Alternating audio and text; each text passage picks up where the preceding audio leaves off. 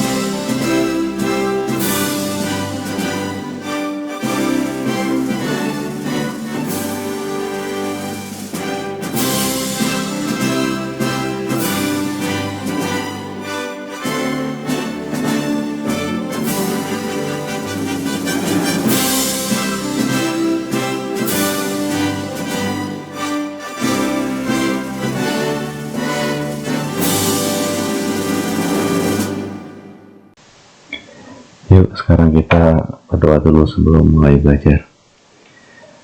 Tuhan Yesus, terima kasih atas penyertaan dan lindungan-Mu senantiasa untuk kami semua dan juga keluarga kami. Tuhan, kiranya Engkau yang senantiasa menjagai dan melindungi kami beserta keluarga kami di tengah-tengah wabah corona ini. Mampukan kami agar kami boleh tetap menjadi saluran berkat-Mu ya Tuhan, buat keluarga kami, buat guru-guru kami, juga buat teman-teman kami, dan juga buat orang-orang lain yang mungkin membutuhkan pertolongan kami. Terima kasih ya Tuhan, sekarang kami mau mulai belajar, kiranya Tuhan memberikan kami hikmat, memberikan kami kepintaran untuk kami boleh mengerti akan materi yang akan diberikan. Terima kasih Bapa, dalam nama Tuhan Yesus kami berdoa dan mengucap syukur. Haleluya. Amin. Hari ini saya akan membahas mengenai gelombang diam atau gelombang stasioner. Nah, yang harus kalian bisa dari topik ini adalah: 1. Kamu bisa menentukan besaran-besaran gelombang jika diketahui persamaan gelombang diam atau stasioner. Ya, besaran-besaran gelombang itu jangan lupa ada amplitudo, cepat rambat, panjang gelombang, frekuensi, dan periode. Yang kedua, dibalik, diketahui besaran-besaran gelombang, kamu harus bisa menyusun persamaan gelombang diam atau gelombang stasionernya. Nah, yang ketiga, kamu juga bisa menghitung letak perut dan simpul yang terbentuk pada gelombang diam atau gelombang stasioner. Perhatikan animasi gelombang ini ya. Ini ujungnya dibuat terikat, ya, fix M. Kalau yang lalu kan itu gelombang berjalan itu nggak ada ujungnya. Nah sekarang kalau ujungnya itu ujung tetap seperti ini, kemudian ada gelombang datang, perhatikan ya. Nah, perhatikan terutama arah getarnya. Ya. Arah getar gelombang datang itu ke atas. Setelah mantul, arah getar awalnya itu ke bawah. Sekarang kita lihat gelombang datangnya. Kalau kita ambil ujung pantul ini sebagai titik acuan, kita sebut aja titik ini adalah titik P, maka semua titik yang ada sebelum P ya itu kan bergetar duluan daripada P. Maka persamaannya adalah Y sama dengan A sin omega T plus KX ya, karena bergetar duluan daripada P. Tentu aja T-nya adalah TP ya, karena kan tadi yang jadi acuan itu adalah titik pantul ya, ujung pantul titik P. Nah, sekarang kita lihat gelombang pantulnya. Gelombang pantulnya itu arah getar awalnya ke bawah, sedangkan tadi gelombang datang arah getar awalnya ke atas. Ya, dengan kata lain, antara gelombang pantul dengan gelombang datang itu beda fasenya setengah. Ya, beda fasenya setengah. Nah, berarti ini titik-titik yang ada di sebelah kiri dari titik P itu akan bergetar setelah titik P. Ya, kan kalau tadi gelombang datang itu bergetar sebelum P. Ya, ini dulu kan. Nah, baru P. Tapi kalau gelombang pantul ya P dulu. Setelah P mulai bergetar, ini baru yang lainnya mulai bergetar. Ya. Jadi persamaannya adalah minus A sin omega TP min KX ya. Kenapa minus? Karena bergetar setelah titik P. Kenapa minus A? Karena arah getar awalnya ke bawah.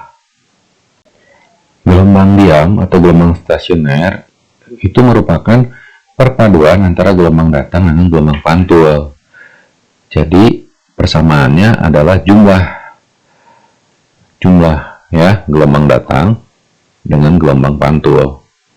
Jangan lupa tadi ya, gelombang pantulnya kan minus A. Oke.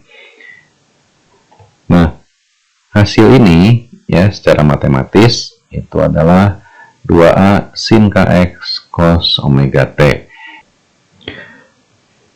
Inilah persamaan gelombang diam atau gelombang stasioner pada ujung terikat atau ujung tetap.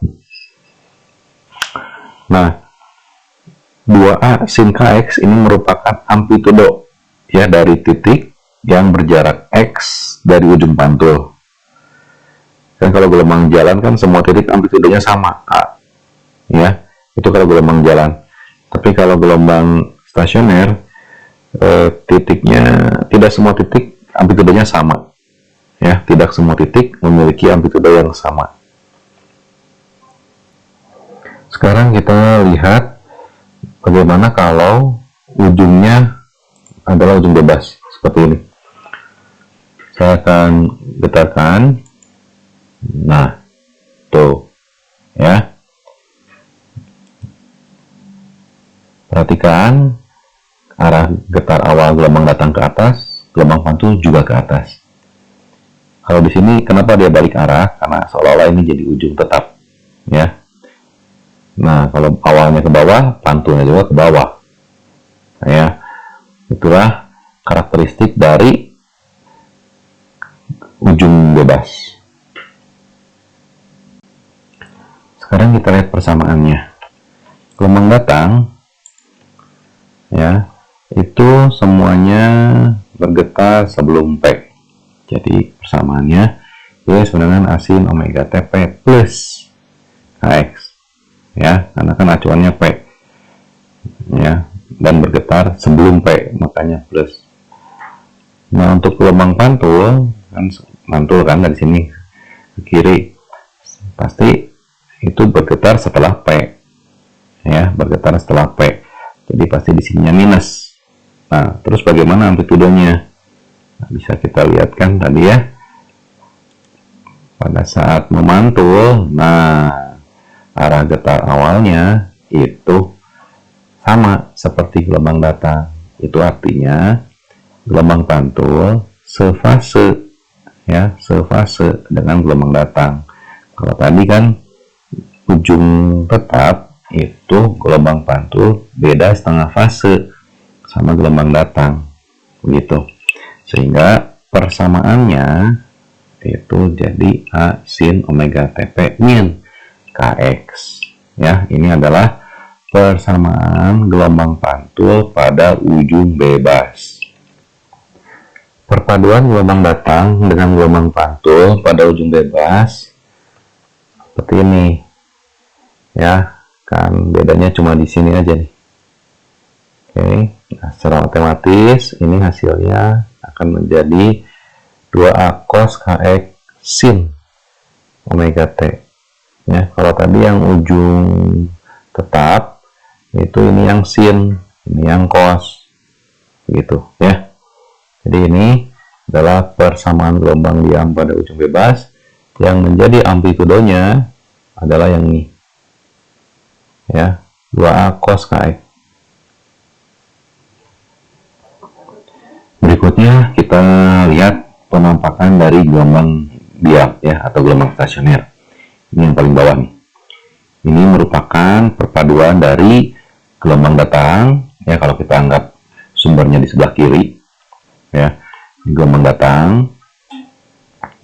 Kemudian di sebelah kanan di sini ada ujung pantul ya, ada ujung pantul, entah itu ujung bebas atau ujung terikat. Nah, inilah gelombang pantulnya. Ya, di sini perhatikan tuh, amplitudenya sama, panjang gelombangnya sama, cepat rambatnya juga sama, hanya bedanya satu ke kanan, satu ke kiri. Inilah hasilnya. Ya, dua gelombang ini menghasilkan gelombang stasioner ini. Nah, ya. Kan kalau gelombang jalan kelihatan tuh.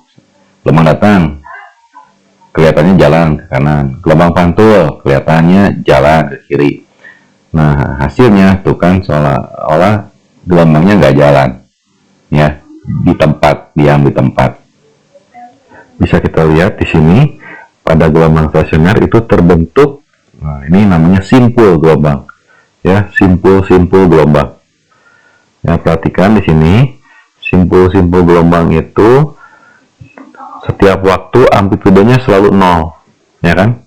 Dia nggak pernah naik, nggak pernah turun, selalu 0, gitu ya. Nah, itu adalah titik simpul. Nah, lawan dari simpul itu adalah perut gelombang. Nah, perut gelombang itu adalah bagian atau titik-titik yang bisa mengalami simpangan maksimum, tuh amplitudenya maksimum tuh, ya. Nah, maksudnya gini, coba kita ambil aja satu titik di sini tuh, lihat. Titik ini dia nggak pernah mencapai maksimum kan, paling tinggi situ, paling rendah segini, ya, paling tinggi itu segitu, rendah segini, gitu ya. Tapi kalau bagian perut, nah dia mencapai simpangan maksimum. Nah, jadi ini penampakan dari gelombang diam atau gelombang stasioner, ya. Nah, yang membedakan apakah ujung pantulnya bebas atau terikat itu adalah dilihat dari ujungnya. Kalau ujung tetap, nah ini ujungnya itu pasti berupa simpul. Kalau ujung bebas, ujungnya itu pasti berupa perut gelombang, ya. Nah, ini simpul ke-1, simpul kedua, simpul ketiga, simpul keempat, dan seterusnya. Ini perut ke-1, perut kedua, perut ketiga, dan seterusnya, ya. Nah, perhatikan nih, jarak dari satu simpul ke simpul berikutnya itu adalah setengah lambda. Ya, ini setengah lambda, dari sini ke sini setengah lambda, sini ke sini setengah lambda. Begitu juga yang perutnya, perut ke-1 ke perut kedua itu pasti jaraknya setengah lambda. Yang ujung bebas juga sama. Ya, perut ke-1 ke perut kedua kan ini dari puncak ke dasar gelombang, setengah lambda. Ya, simpul ke-1 ke simpul kedua juga jaraknya setengah lambda. Di ujung bebas, simpul ke-1 jaraknya 0 dari ujung pantul. Simpul kedua jaraknya setengah lambda. Simpul ketiga jaraknya lambda. Ya, simpul keempat jaraknya 1,5 lambda. Itu jadi membentuk suatu barisan aritmatika ya. Nah, kalau ini perut ke-1, ya, ini perut ke-1 jaraknya 1/4 lambda. Perut kedua ini jaraknya 3/4 lambda. Perut ketiga itu jaraknya 5/4 lambda, ya. Nah, itu kebalikan dengan ujung bebas. Kalau ujung bebas, perut ke satu jaraknya 0. Perut kedua, jaraknya setengah lambda. Perut ketiga, jaraknya lambda. Simpul ke satu, jaraknya 1/4 lambda. Simpul kedua, jaraknya 3/4 lambda. Simpul ketiga, jaraknya 5/4 lambda. Nah, ini tabel perbedaan antara ujung tetap dengan ujung bebas. Mulai dari persamaannya ya.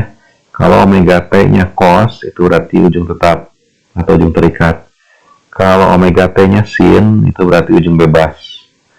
Ya. Yang jadi amplitudo itu yang ini. Ya, 2A sin kx.